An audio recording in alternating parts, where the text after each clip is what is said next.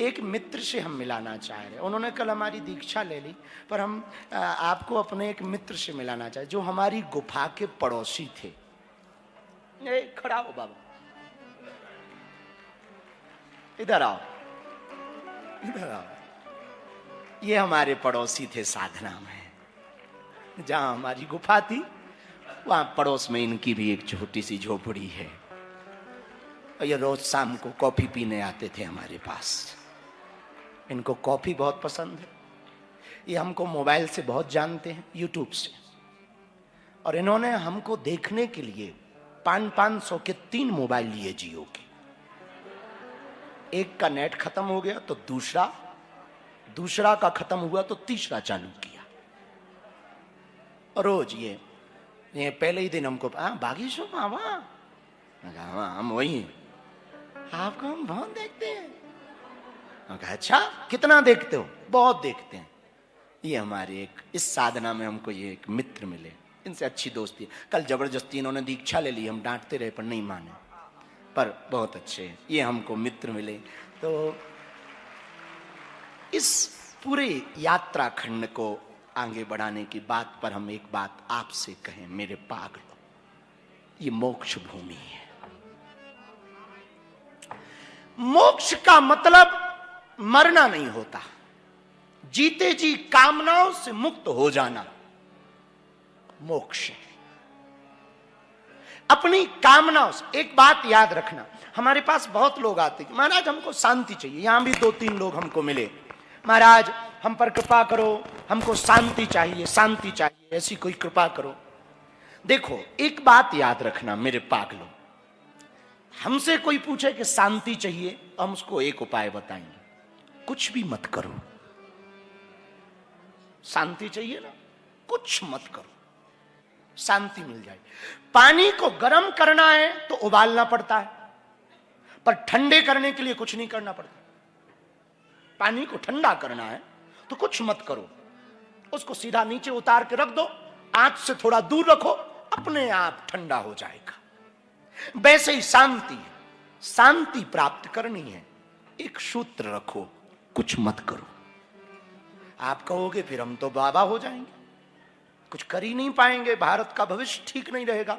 हम ये कहना चाह रहे हैं, बाहर से कुछ भी करते रहो, भीतर से कुछ मत करो। बाहर से कुछ भी करो, भीतर से कुछ मत करो, ये शांति का उपाय। तो मेरे पागलों,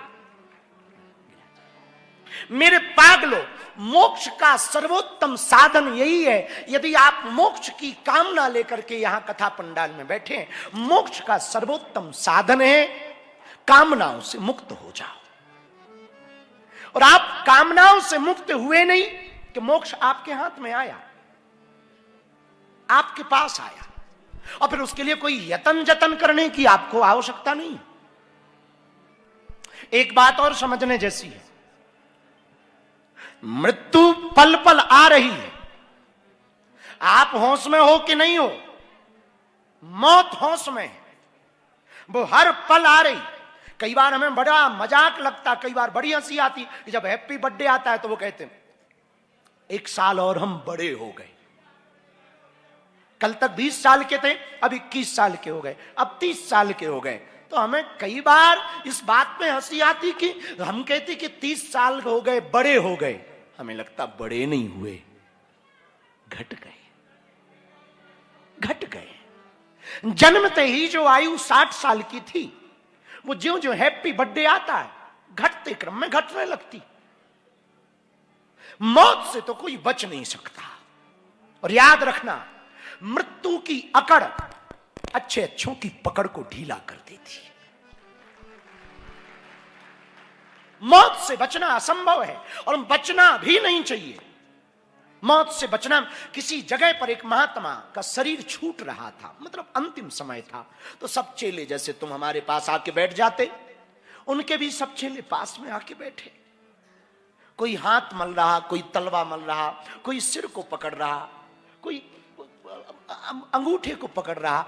जाते जाते चेलों ने गुरु से कहा, गुरुदेव जाते जाते कोई ज्ञान की बात बताओ, कुछ कहो। महात्मा ने कहा कि जीवन भर कहा ही तो है, अब क्या कहें? नहीं नहीं, कुछ तो कहो। महात्मा ने कहा, अब वैसे तो कहने का मन नहीं है, पर तुम नहीं मानते तो हम दो बातें कहना चाहें। दो बातें याद रखना और दो बातें भूल जाना। ध्यान से सुनना। महात्मा ने कहा, बच्चों, दो बातें याद रखना और दो बातें भूल जाना। तो शिष्यों ने कहा कि क्या याद रखें और क्या भूल जाए? तो महात्मा ने मुस्कुराते हुए कहा, अपनी अच्छाई और दूसरों की बुराई भूल जाना। हमने क्या क्या भला किया ये भूल जाना। पुरानी कहावत है, नेकी कर दरिया में डाल। क्या क्या अच्छा किया ये भूल जाना, और दूसरों की बुराई, तुम्हारे साथ किसने किसने बुरा किया क्षमा करो। ये दो बातें भूलना। मेरे पागलों, दो बातें भूलना और दो बातें याद रखना। वो दो बातें ये हैं, पहली बात, एक नारायण को, दूसरा मौत को। हर पल याद रखना। एक नारायण को याद रखना और दूसरा मौत को याद रखना, क्योंकि ये दोनों शाश्वत सत्य हैं। जन्मते ही तुम्हारे जीवन में कुछ घटित हो या ना हो, जन्म के बाद एक चीज तो घटित होनी तय है, उसका नाम मौत है।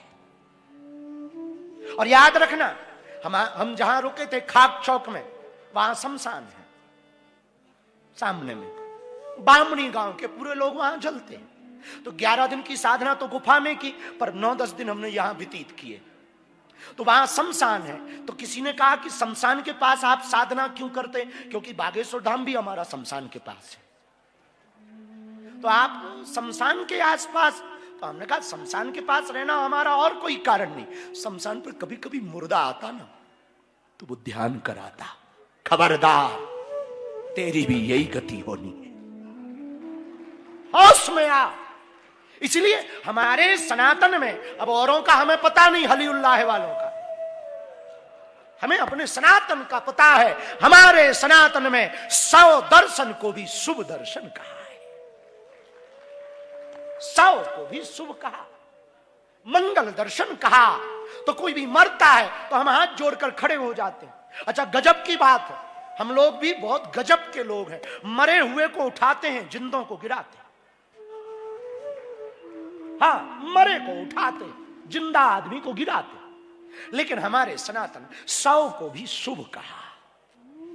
पर खबरदार, ये सबको शुभ कहना या हाथ जोड़ना ये केवल पद्धति नहीं, सूचक है। किस बात का?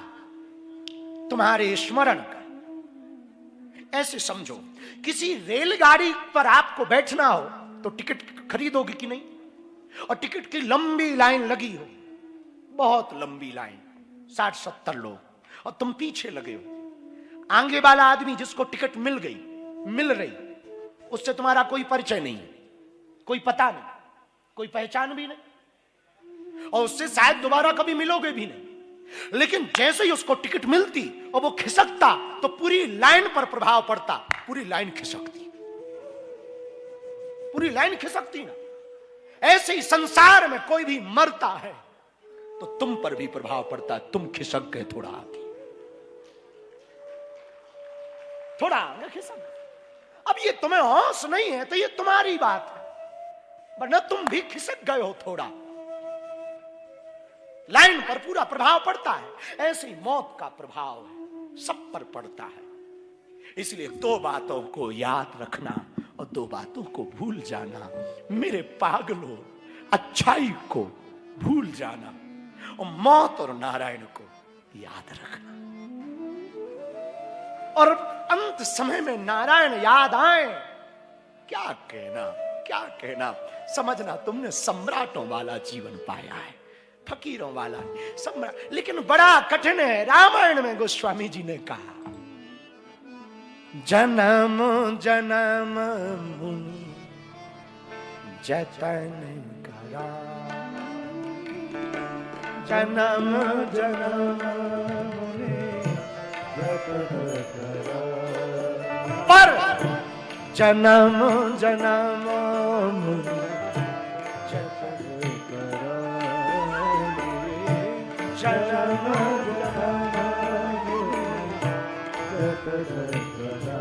लेकिन मेरे पागलों, अंते राम कही आवत नाई,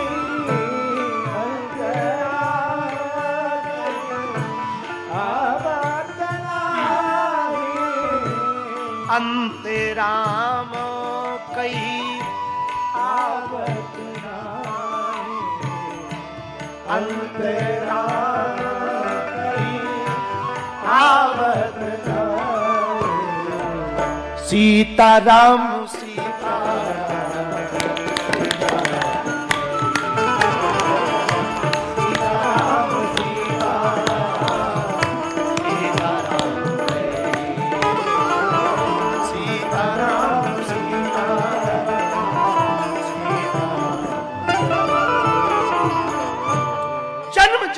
मुनि और महात्मा जतन कराते, पर मेरे पागलों याद रखना, अंत समय में राम ना कही आता, अंत समय राम नहीं कही आता। इसलिए जब तक तुम सजग रहो, होश में रहो, सावधान रहो।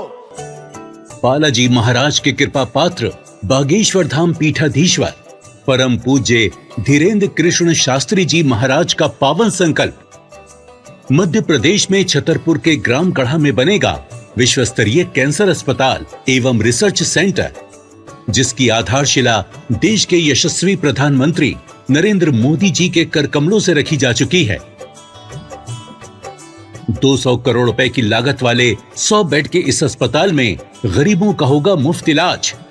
ये बहुत बड़ा अवसर है, बहुत बड़ा काम है। संकल्प बड़ा हो, संतों के आशीर्वाद हो, प्रभु की कृपा हो, तो समय सीमा में सब पूर्ण होता है। हमारे प्रियजनों, बागेश्वर धाम पूरे भारत के लोगों, अभी तक अस्पतालों में मंदिर थे, अब मंदिर में अस्पताल होगा।